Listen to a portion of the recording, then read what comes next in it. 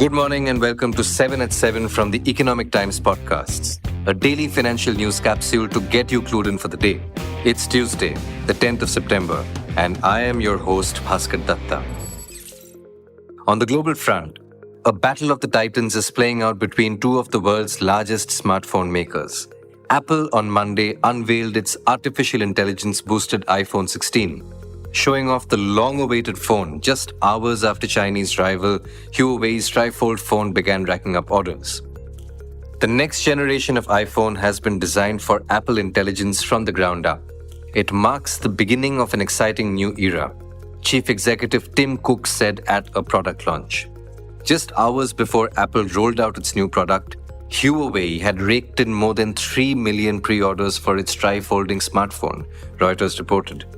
Apple and technology companies around the world are racing to add AI to products, and phones are expected to be one of the key battlegrounds.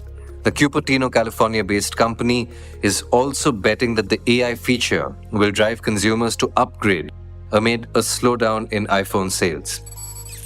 While that was a story about competition between tech giants in the world's two largest economies, we now move to larger business battles between the two countries themselves. According to a Bloomberg report, China hawks in the US House of Representatives passed legislation on Monday night that would blacklist Chinese biotech companies and their US subsidiaries. The bill, approved by a vote of 306 to 81, now goes to the Senate. The move comes amid US concerns that China could take sweeping strides in another field traditionally dominated by the US.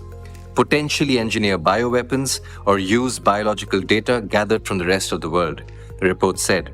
Remember, earlier this year, US legislators succeeded in calling for Chinese-based parent company ByteDance Limited to divest from TikTok or face a US ban on the social media site.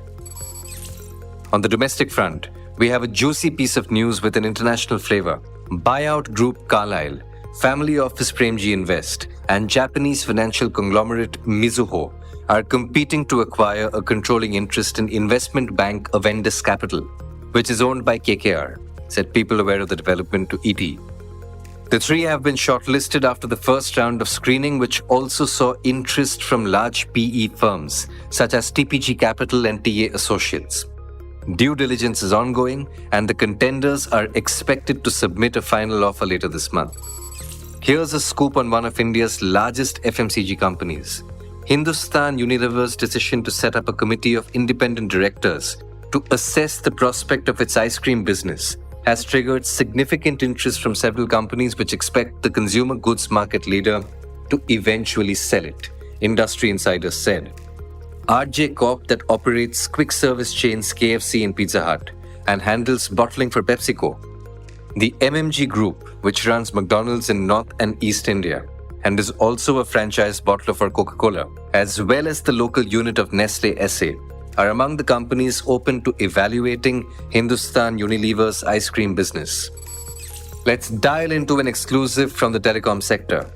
Vodafone Idea has in recent weeks approached state-owned lenders Power Finance Corp and REC for loans to meet medium-term funding requirements, ET has learnt.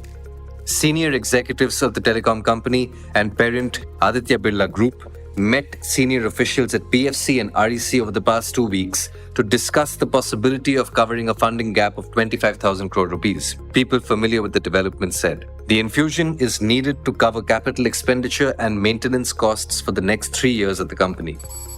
In a fresh twist to the ongoing Religare Enterprise takeover battle between Chairperson Rashmi Saluja and the Berman family members, the Enforcement Directorate has filed a case of cheating and criminal conspiracy against Saluja and 2 other key management personnel of REL, CFO Nitin Agarwal and Group General Counsel Nishant Singhal. The ED has accused Saluja of getting a case registered against Dabur Group Chairman Mohit Berman and his family members to derail the proposed takeover of the company and its subsidiaries, to obfuscate the detection of illegal gains accrued to them through acquisition of employee stock options of Care Health Insurance.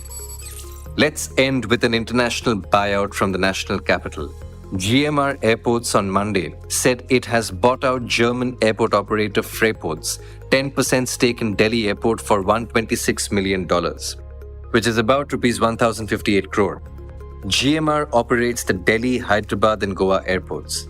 Fraport is the owner and operator of the Frankfurt Airport, Germany's biggest, and had acquired the 10% stake in Delhi International Airport for about Rs 240 crore in 2006 when the government privatized the Delhi airport.